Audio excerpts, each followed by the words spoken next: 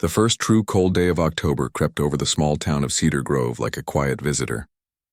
A thin layer of mist clung to the football field and the parking lot of Lincoln High School. Students hurried across the cracked sidewalk, their breath turning white in the morning air. Among them walked Emily Parker, a 16-year-old junior who usually kept to herself. She held her backpack close and wore a jacket that seemed to carry a lifetime of history. The jacket was old, army green and a size too large. The fabric was soft with age, the zipper a little stubborn, and the cuffs frayed into loose threads. A faint scent of cedar and machine oil lingered in the cloth, the kind of smell that stayed in the back of a closet for decades. Emily had pulled it out of a wooden trunk in her grandmother's attic only a week earlier. It had belonged to her grandfather, Robert Bob Parker, a quiet man who had fixed clocks in his garage and rarely spoke of the years before Emily's mother was born. He had passed away during the summer after a long illness. The funeral had been small and simple, just close family and a few neighbors. When the last guest left and the dishes were cleared away, Emily's grandmother opened the attic and told her, "Take something that reminds you of him, something you can keep." Emily had searched through old photo albums, boxes of tools, and a stack of faded postcards from cities she had never visited. Then she saw the jacket. It hung on a hook near the back of the attic, hidden behind a rolled-up rug. The moment she touched the worn fabric, she felt an unexpected warmth, as if the jacket still held a trace of her grandfather's steady presence. She carried it downstairs and never let it go. That morning, as she stepped through the school's main doors, the hallway buzzed with the usual mix of chatter and the metallic slam of lockers. Emily lowered her eyes and moved quietly toward her homeroom, but a cluster of students near the drinking fountain noticed the jacket immediately. "Hey, Madison, check it out," one boy said, his voice full of amusement. Madison Cole, a tall girl known for her quick comments and perfectly styled hair, turned and gave a dramatic once-over. "Whoa, did the Army surplus store have a clearance sale?" she said loudly enough for half the hallway to hear. A few giggles followed. Emily felt her cheeks warm but kept walking. Madison wasn't finished. "Seriously, that thing's older than my grandma's wallpaper," she added, flipping her hair back as if she had delivered a winning joke. Emily's best friend, Rachel Adams, caught up to her and whispered, "Don't listen to them. It's just a jacket." But Emily could feel dozens of eyes following her. She pulled the zipper up as far as it would go. It stuck halfway, like always, and she tugged at it until it finally caught.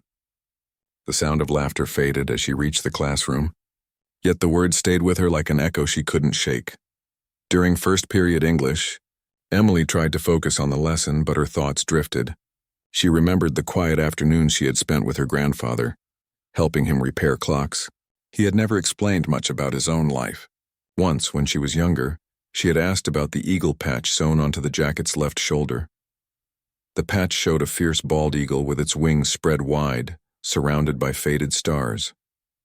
Time had worn away many of the colors, but the bird still looked strong and watchful. Her grandfather had smiled softly when she touched it. "This eagle," he said, "has flown farther than you can imagine." That was all he would say, no matter how many questions she asked. By lunchtime, the teasing had grown bolder. At the cafeteria door, two boys from the basketball team pointed at her jacket. "Nice gas station patch," one said. "Did you earn that at summer camp?" the other added. Madison laughed the loudest. Emily took her tray to a corner table where Rachel was waiting. "I don't get why they care so much," Rachel said, frowning. "It's just clothes," Emily shrugged. "It was my grandpa's." Her voice was soft, almost lost in the cafeteria noise. She didn't explain further. Rachel reached across the table and squeezed her hand. "It looks good on you," she said. "Don't let them get to you." Emily nodded, grateful for the kindness, but the sting of the joke still settled deep in her chest. After lunch, she kept her head down, moving from class to class like a shadow. Each time someone whispered or snickered, she wondered if it was about the jacket. When the final bell rang, Emily stepped onto the yellow school bus and slid into an empty seat near the back. Outside the window, the late afternoon sun washed the town in a pale gold light. She folded the jacket across her lap and ran her fingers over the eagle patch. The threads were rough and strong beneath her touch. For a moment, she pictured her grandfather as a young man, though she had no real image to guide her. What had he done? Where had he gone? The only photos she'd ever seen showed him older, always smiling in his workshop or sitting quietly at family picnics. He had never bragged, never told stories of grand adventures, but the way he had guarded this jacket, kept it clean, polished the patch, and stored it carefully, suggested something important. When the bus reached her stop, Emily stepped down and walked the quiet path toward her house. The neighborhood was lined with tall maples, their leaves turning orange and red. Her breath formed little clouds in the cool air. She pulled the jacket tighter and felt a strange sense of calm. Inside, her mother was stirring a pot of soup. "How was school?" she asked, glancing up with a smile.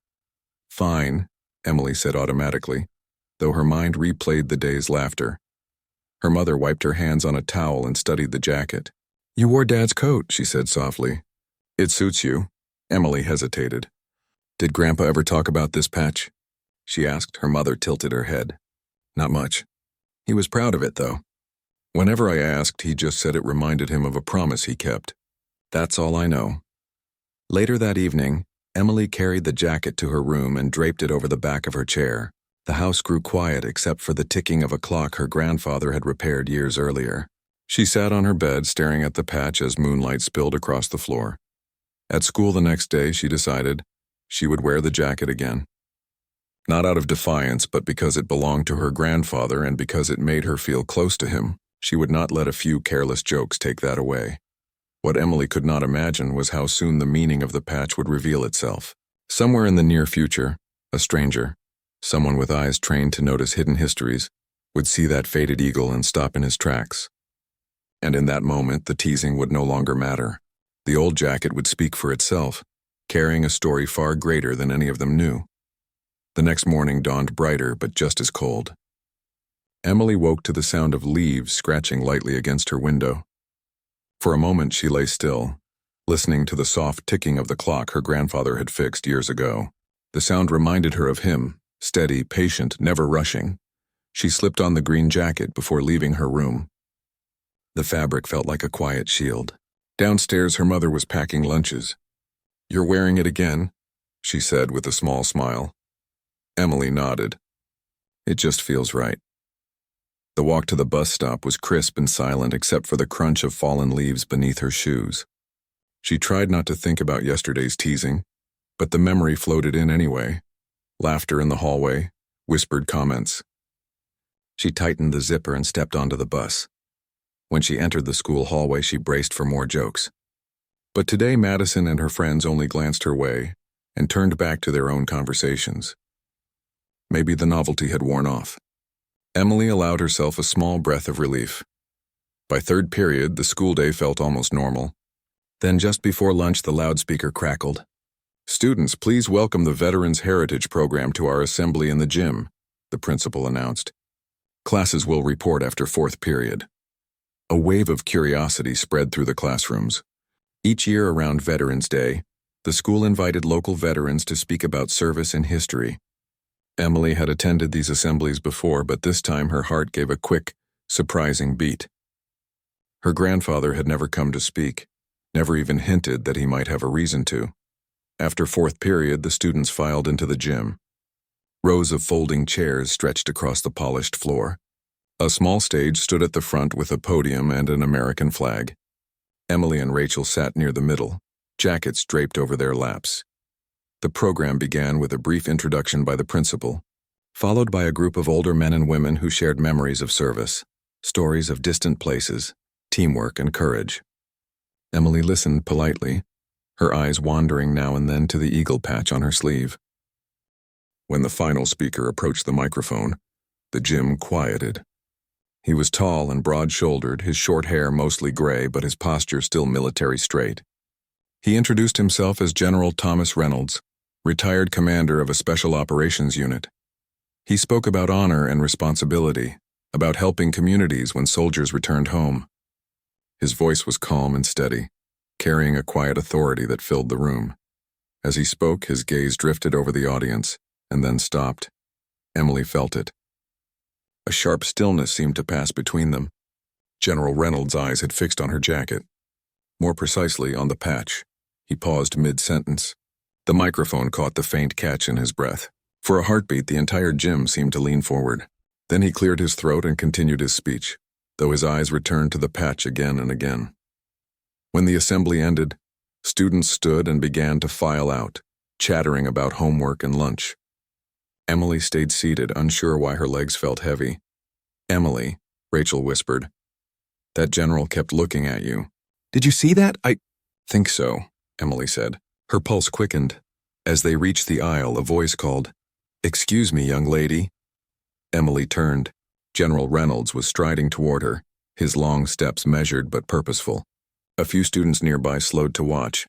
"May I have a word with you?" he asked, his tone gentle yet firm. Emily nodded, suddenly aware of dozens of eyes. "Yes, sir," he lowered his voice. "That patch on your jacket, may I see it more closely?" Emily held out her sleeve. The eagle caught the overhead lights, its faded threads glowing softly. The general bent slightly, studying the design as if it were a rare treasure. "Where did you get this?" he asked. "It was my grandfather's," Emily said. "Robert Parker." The name seemed to strike him like a sudden memory. His eyes widened, and for a moment he simply stared. Then he straightened, his voice quieter still. "Robert Parker," he repeated. "Of course. I haven't heard that name in decades," Emily's breath caught. "You knew him?" General Reynolds nodded slowly. "Yes, very well." Rachel stepped back, sensing the weight of the moment.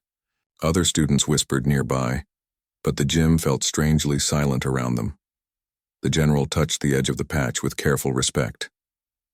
This emblem belonged to the Eagle Recon Unit, a small classified group during a conflict overseas many years ago. Very few people wore it. Only those who completed missions so dangerous they were never fully recorded in public history. Emily blinked, trying to take in the words. "My grandfather never told us," she said. "He wouldn't have," Reynolds replied gently. "Most of the men and women in that unit stayed silent for life. But Robert Parker, your grandfather, was one of the bravest people I ever served with. He saved lives in places I can't even name here." Emily felt the gym spin slightly. She thought of her grandfather's quiet afternoons repairing clocks, his calm smile, the way he'd polished this patch with almost sacred care. "I owe him my life," Reynolds added after a long pause. "On a mission long ago when everything went wrong, he let us out. We were ambushed, pinned down. He refused to leave anyone behind. Because of him, I came home." Emily's eyes stung. "He never said anything, not even to my mom. That was his way," the general said softly. "Service without recognition, honor without applause." He straightened, his voice carrying a respectful gravity. "Wear that jacket proudly. It represents more courage than most people will ever know." Students nearby had grown quiet, realizing something significant was happening. Madison stood at the edge of the group, eyes wide, the usual smirk gone. General Reynolds gave a small, respectful nod. "If you'd like, I'd be honored to tell you more, about the missions I can share and about the friend your grandfather was. You and your family deserve to know." Emily swallowed hard. Yes, please," he smiled faintly. "I'll speak with your mother. We'll arrange a visit." As he turned to leave, he paused once more. "Young lady, thank you for wearing this today. You reminded me of a hero the world should never forget." Emily stood there long after he walked away, the jacket warm around her shoulders. The laughter and teasing from yesterday seemed to fade like a distant echo. Across the gym, Madison lowered her eyes and turned away. Rachel finally whispered, "Emily, that was incredible." Emily touched the eagle patch with trembling fingers. For the first time, she understood why her grandfather had kept it hidden yet safe. It was not just a piece of cloth. It was a silent story of sacrifice and loyalty, one that had just begun to speak. The weekend arrived with a crisp blue sky and a breeze that rattled the last of the golden leaves. Emily stood on her front porch, the old green jacket zipped up to her chin, waiting for General Thomas Reynolds. He had called the night before to arrange a visit, promising to share memories of her grandfather. Emily's mother, Laura Parker, joined her outside, carrying 2 mugs of tea. "You okay, honey?" she asked. "I think so," Emily said. Her stomach fluttered like she was waiting for a test result. "It's just strange. I didn't know Grandpa was part of something so big." Laura handed her a mug. "Your grandfather never liked attention. Whatever this is, he wanted you to find it in your own time. Maybe this is that time." A black sedan pulled into the driveway. General Reynolds stepped out dressed in a neat dark coat. His presence felt both formal and kind. like someone used to giving orders but careful not to startle. "Good morning," he said warmly. "Thank you for letting me visit." Laura welcomed him inside, leading the way to the living room. The scent of fresh coffee mingled with the faint cedar of the jacket draped over Emily's shoulders. The general removed his gloves and looked around the room, his eyes resting briefly on the family photographs on the mantel. "Your father was a good man," he said to Laura. "It's an honor to speak about him." They settled into chairs. Reynolds placed a small leather folder on the coffee table. Emily noticed the gold emblem on the cover, an eagle almost identical to the one on her grandfather's patch. "I met Robert Parker," the general began, "in a place we called simply the Ridge. It was during a conflict far from here. At a time when our country needed quiet missions no one would ever headline in the news." Emily leaned forward, careful not to interrupt. "We were a small unit," Reynolds continued. "We carried no identifying marks except this." He tapped the folder. "The Eagle Recon Unit. Our job was to find information and guide others to safety, often behind enemy lines. Your grandfather was a communications expert and one of the best strategists I ever knew." Laura's eyes widened. "He never said a word to us. Not even a hint." Reynolds nodded. "Many of us stayed silent. We signed agreements, yes, but more than that, we wanted to protect our families from the dangers and worries of that work. Robert believed that true service meant leaving the spotlight." He opened the folder to reveal black and white photographs. In one, a group of soldiers stood in a rugged mountain pass, snow swirling around them. A young man in a heavy coat looked straight at the camera, his eyes bright with determination.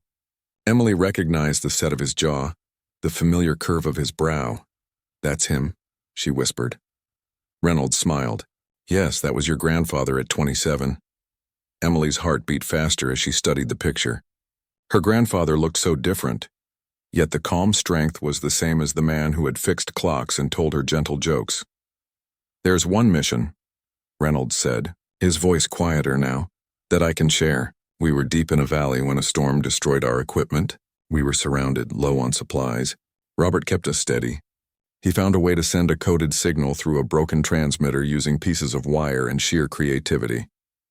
Because of that signal, helicopters found us. We all came home." He paused, his eyes distant for a moment.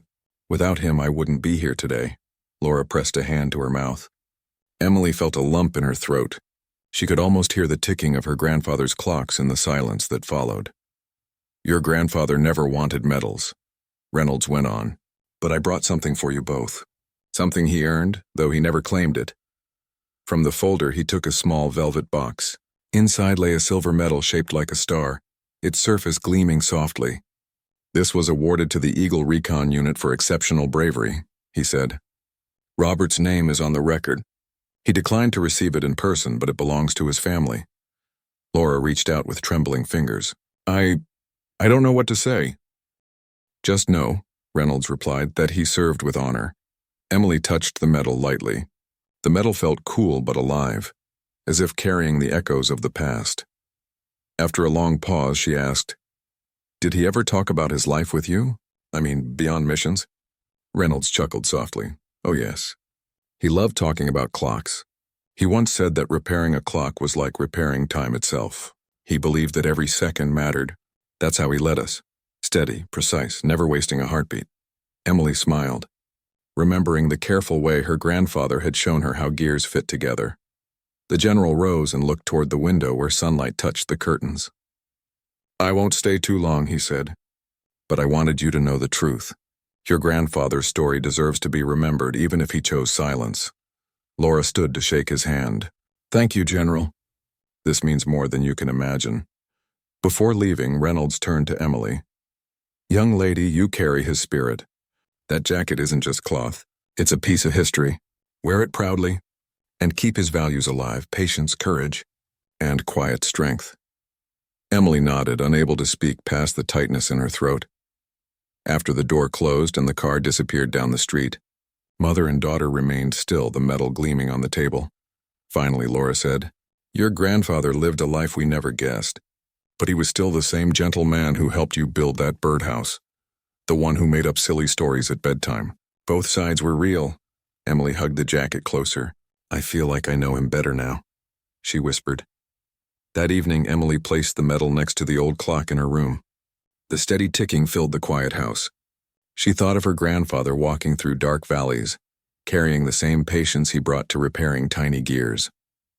On Monday, Emily returned to school wearing the jacket once more. This time she walked taller, the eagle patch catching the morning light. The hallway grew quiet as she passed. Madison looked up from her locker, words caught behind her lips. Emily didn't slow down. She felt the weight of her grandfather's story in every step. Not a burden, but a steady strength. She knew the jacket wasn't just a memory now. It was a promise to live with courage, to stay kind, and to honor the quiet heroes whose greatest victories were never shouted from a stage. The following week began with a sky the color of polished steel and a wind that carried the smell of rain. Emily walked to school with her jacket zipped to the chin and the medal resting safely in a small pocket. Each step felt different now. She was no longer only a quiet junior trying to blend in. She was a granddaughter carrying a history bigger than she had ever imagined. Inside Lincoln High, whispers followed her again, but the tone had changed. Madison, once quick to mock, simply watched from a distance. The other students who had laughed earlier now seemed curious, even hesitant. Emily didn't mind the attention this time. She wasn't wearing the jacket for them. At her locker, Rachel joined her with a grin. "I heard about Saturday," she said. "My dad said General Reynolds gave a talk at the Veterans Center and he mentioned you. He said your grandfather was a legend." Emily blinked. He talked about me?" "Yeah, well, about your family." Everyone at the center was amazed. Rachel lowered her voice. "People in town are starting to remember things about your grandpa. Little stories. It's like how he helped fix the church bell when nobody else could, or how he paid for a neighbor's roof after that storm years ago." Emily felt warmth spread through her chest. "I didn't know he did any of that." Rachel smiled. "Guess he liked being a quiet hero." The rest of the morning passed in a blur of classes and small nods from classmates who once ignored her. Even Madison offered a short, awkward hey when their paths crossed. Emily answered with a simple smile. She no longer needed to prove anything. That afternoon, a notice appeared on the bulletin board near the cafeteria, "Community Night, honoring local veterans. Stories and memories wanted." Below the title was a sign-up sheet for speakers. Emily stared at the paper. The event was scheduled for Friday evening at the town hall. A small thought began to grow in her mind. Maybe she should share what she had learned about her grandfather. But the idea of standing before a crowd made her stomach tighten. After school, she walked home beneath darkening clouds. Her mother was in the kitchen, sorting mail. "They're holding a community night for veterans," Emily said carefully. "People are supposed to share stories. Do you think—" "Should we go?" Laura looked up, her eyes soft. "I think your grandfather would like that." Emily hesitated. "Would you speak?" "I could," Laura replied. "But maybe this time people should hear from you. You were the one who brought his jacket back into the light." The thought lingered through dinner and into the quiet of evening. Emily sat at her desk, the metal catching faint lamplight. She pictured her grandfather's patient hands guiding tiny gears inside a clock, each movement careful and sure. If he could face the unknown in distant valleys, surely she could stand in front of neighbors and share his story. Friday evening came with a gentle drizzle. The town hall smelled of polished wood and fresh coffee. Rows of folding chairs filled the room, and a small stage held a microphone draped with a flag. Local families arrived carrying framed photos and scrapbooks. Children darted between seats while older residents greeted each other warmly. Emily wore the green jacket, the medal pinned neatly beside the eagle patch. When she entered, conversations paused for a heartbeat. People turned, some with recognition, others with quiet curiosity. She felt her pulse quicken but kept her chin high. General Reynolds was already there, speaking with a group of veterans near the front. He spotted Emily and offered a reassuring nod. "Good to see you," he said when she approached. "Are you ready?" "I think so," Emily answered. The evening began with music from the high school band, followed by stories from veterans and their families, tales of rescue missions, long deployments, and the quiet work of rebuilding lives at home. Each speaker brought a piece of the town's hidden history into the open. When the announcer called her name, Emily's heart thudded. She walked to the microphone, the old jacket rustling softly. The room grew still. "My name is Emily Parker," she began, her voice a little shaky. "I'm here to talk about my grandfather, Robert Parker. Most of you probably knew him as the man who fixed clocks or helped neighbors with repairs. I knew him as the kind grandfather who told stories about birds and taught me how to listen to the ticking of time. She paused, the silence welcoming rather than heavy. But I recently learned he was more than that. He served in a special unit during a war long ago, a unit called the Eagle Recon. He never told us because he believed service was about protecting people, not seeking attention. A few days ago, General Reynolds shared how my grandfather saved lives and guided his team home when everything seemed lost. A ripple of recognition moved through the audience. Some nodded, others wiped their eyes. Emily continued, her voice steady now. I wear his jacket because it reminds me of the quiet courage he lived every day. He didn't need a spotlight. He showed his strength and kindness in fixing clocks, helping neighbors, and loving his family. She took a breath and looked around the room. I think our town is full of people like him. Heroes who don't ask to be called heroes. I hope we remember them, even if their stories stay hidden for a while. When she finished, a deep silence filled the hall, followed by a warm swell of applause. Emily stepped back, heart pounding, and caught sight of her mother smiling proudly in the front row.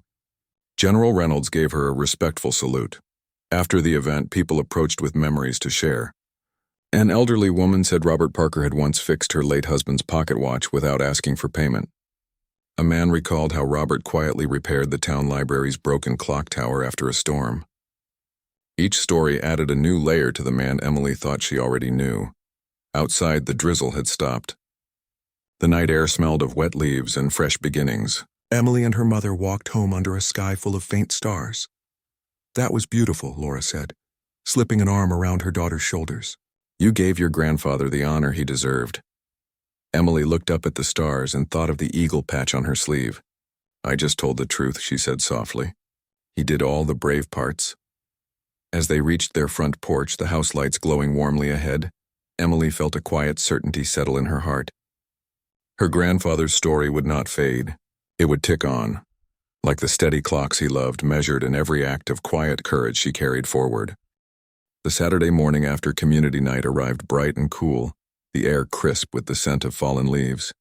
Sunlight streamed through Emily Parker's bedroom window, striking the silver metal on her desk until it glimmered like a quiet star. She sat at the edge of her bed, still wearing her grandfather's jacket over a soft blue sweater. The night before had felt almost like a dream. Standing at the microphone, speaking to a hall filled with neighbors and seeing the respect in their faces when she spoke her grandfather's name. Now, as she replayed each moment, she understood that the story she had shared was only the beginning. Downstairs, her mother, Laura, was already making breakfast. The smell of cinnamon toast floated up the staircase. Emily padded into the kitchen, the jacket swishing softly with each step. You were amazing last night, Laura said, sliding a plate across the table. People are still talking about your speech. I just got 3 messages from friends who said you inspired them to share their own family stories. Emily smiled shyly. I'm glad people liked it, but it still feels big. Like there's more I don't know, Laura nodded. Your grandfather kept many things close to his heart. Maybe there are letters or papers we've never found. Your grandmother might know. Emily brightened. Maybe we should visit her today. Within an hour, they were on the familiar road to her grandmother's farmhouse. The trees lining the route were fiery red and orange, and the sky was the deep blue of late autumn. Emily traced the eagle patch with her fingers as they drove, the rough threads warm beneath her touch. Her grandmother, Helen Parker, welcomed them with a gentle hug. Her silver hair was pinned back neatly, and her eyes sparkled when she saw the medal pinned beside the eagle patch. So you've discovered a little more about your grandfather, Helen said with a knowing smile as she poured tea. I wondered when that day would come. You knew? Emily asked wide-eyed. I knew some, Helen admitted. Not everything. He never told me details about his missions, but I knew he carried memories heavier than words. He believed the best way to honor them was through quiet kindness. They settled in the living room, where the old grandfather clock ticked, steadily, a sound that reminded Emily of childhood, afternoons when her grandfather had shown her how to polish the brass pendulum. Helen rose and returned with a small wooden box. These belong to him, she said. I never opened it after he passed. Perhaps now is the right time. Emily accepted the box carefully. Inside lay a folded piece of parchment, a leather-bound notebook, and a photograph of a younger Robert Parker standing beside several soldiers, faces half hidden by shadow, but all wearing the same eagle patch. The parchment was a letter. Emily unfolded it slowly. The handwriting was firm and clear. "My dear family, if you are reading this, it means my stories have found you without my voice. I served because I believed in protecting the people I loved and the values that guide us. I never needed praise. The medal is not mine alone, it belongs to everyone who stood with me and everyone who waits at home. Remember that courage is quiet. It lives in the way we care for one another.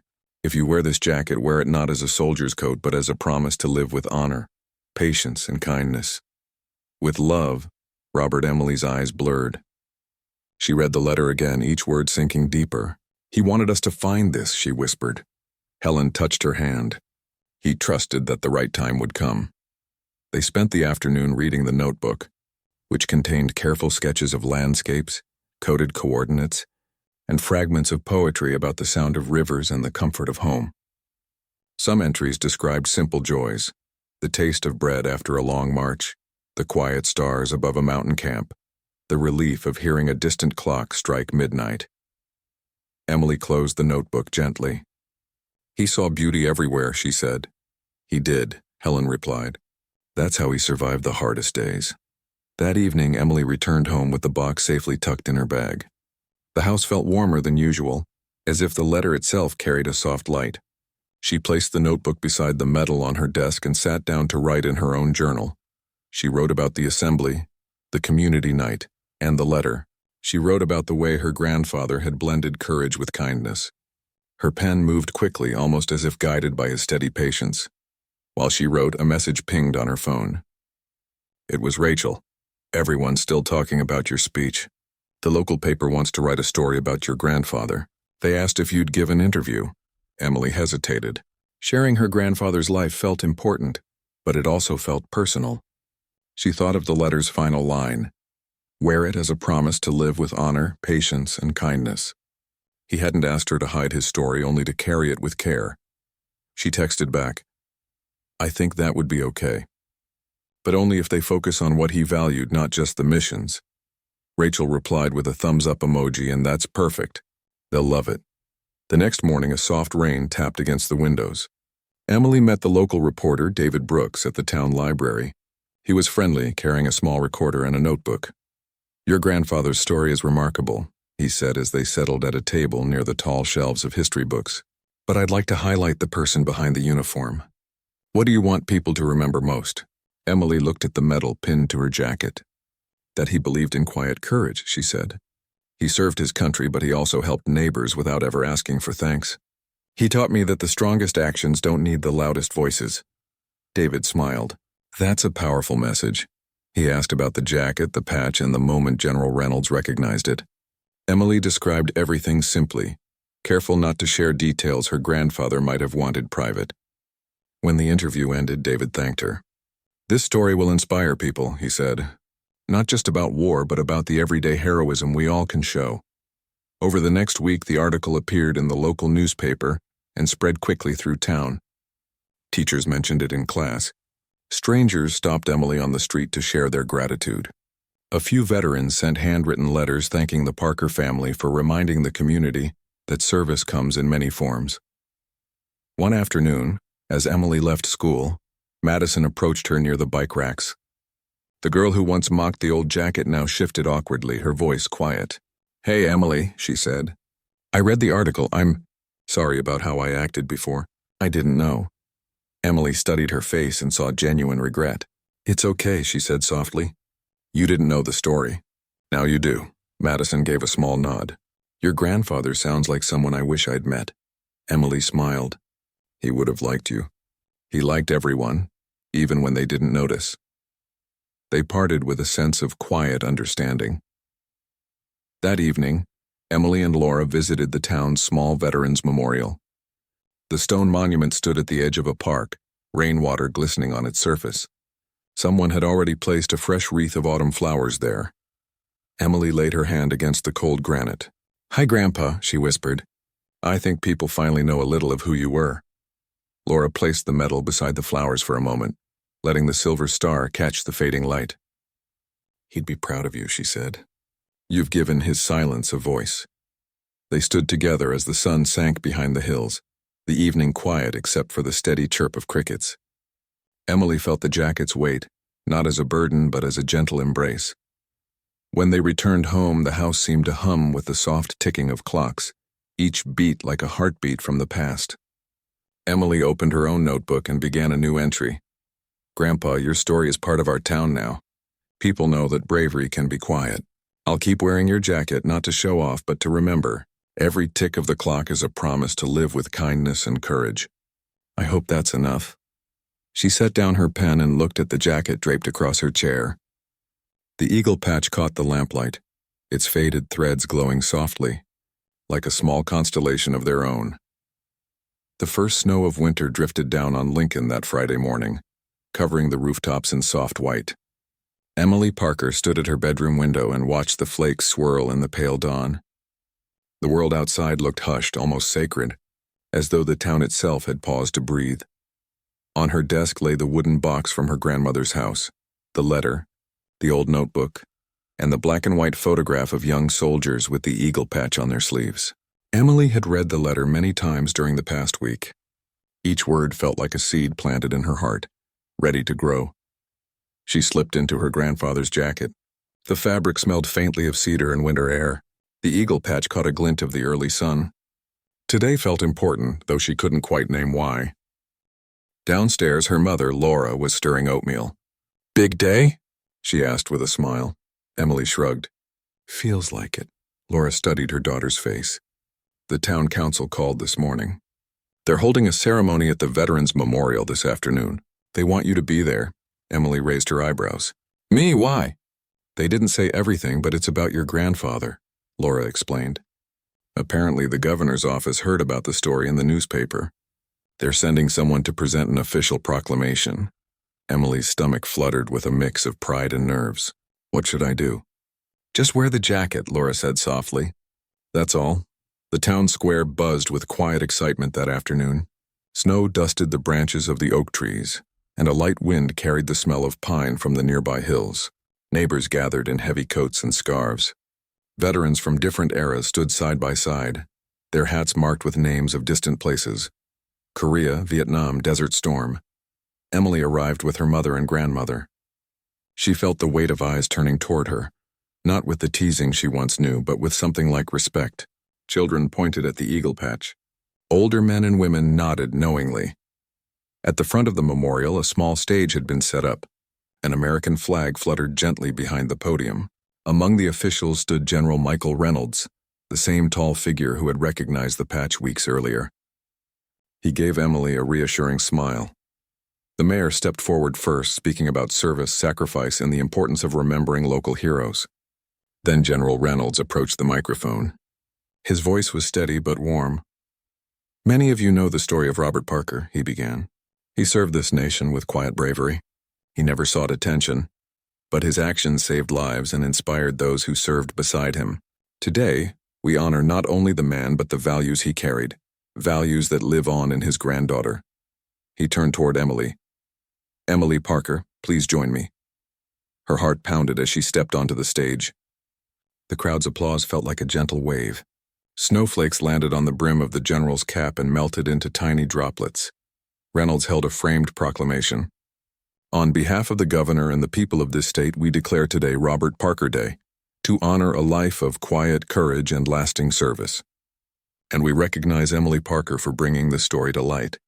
Emily accepted the frame with trembling hands. She wanted to say something, but her throat tightened.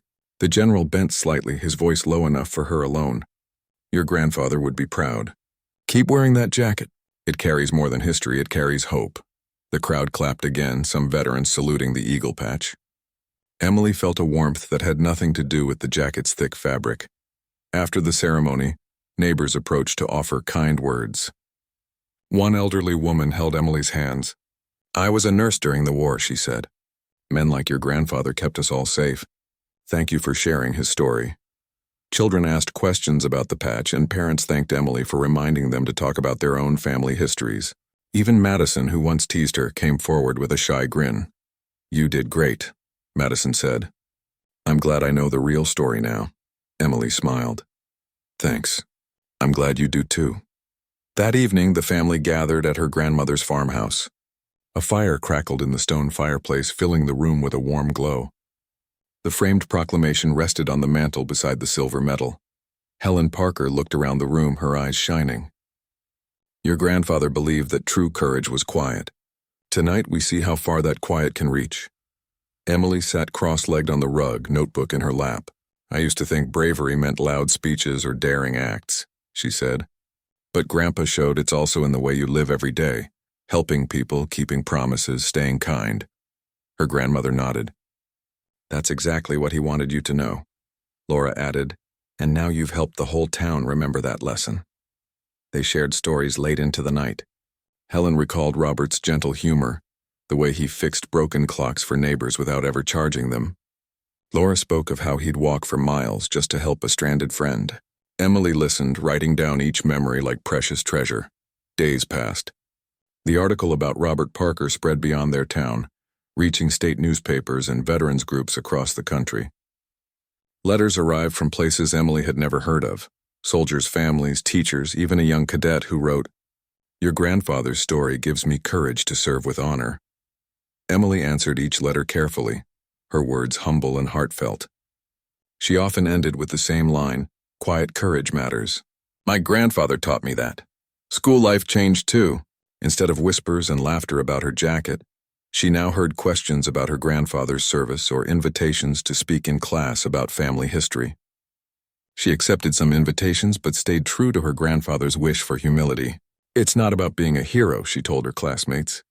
It's about living kindly every day. One Saturday, Emily visited the local Veterans Center. The building smelled faintly of coffee and old books. General Reynolds had invited her to a small gathering of former service members who wanted to meet the girl with the eagle patch. Inside, she found a room filled with warm smiles and gentle laughter. Men and women of different ages shared stories of friendship and perseverance. They asked to see the jacket tracing the patch with reverent fingers. This was a special unit, one man said, his voice thick with memory. We never forgot the ones who kept us safe. Emily listened closely, writing down details in her notebook. She realized these stories were fragile, kept alive only if someone cared to hear them. She promised herself she would remember every word. Before leaving, General Reynolds handed her a small envelope. Something your grandfather would want you to have, he said. Inside was a simple card with a single sentence in neat handwriting. Keep listening. That's how the past becomes the future. It was signed from an old friend of Robert Parker. Emily felt her chest tighten with gratitude. Thank you, she whispered. Winter deepened. The snow outside Lincoln grew heavier, blanketing the world in soft white. On the evening of the first big storm, Emily returned to the Veterans Memorial alone. Streetlights cast a gentle glow on the icy sidewalks. She stood before the stone monument, her grandfather's jacket zipped to her chin. The eagle patch glistened under the lamplight. She closed her eyes and spoke softly into the cold air. Grandpa, your story is safe, she said. People remember. And I'll keep listening just like you taught me. The wind answered with a quiet rustle through the pine trees. Spring eventually arrived. The snow melted, revealing new grass and bright flowers. Emily continued her routine, school, homework, time with friends. But something inside her had changed. She carried her grandfather's lessons into every day, helping a younger student with math, volunteering at the library, offering kindness where it was least expected. One afternoon, she returned from school to find a package on the porch. Inside was a carefully folded American flag, a letter from the state government, and a note from General Reynolds. For the Parker family. May this flag remind you that quiet service shapes the nation more than any speech. Emily held the flag to her chest. The fabric smelled of fresh cotton and something older, like history itself. Years later, long after graduation, college, and the start of her own career, Emily would still wear the jacket on certain days. Its fabric grew softer, the color even more faded, but the eagle patch remained bright enough to catch the light. When strangers asked about it, she always smiled and said, "It belonged to my grandfather." It reminds me that the strongest acts of courage are often silent. And each time she spoke those words, She felt the steady heartbeat of the past blending with the present, proof that her grandfather's quiet courage had indeed become part of the future.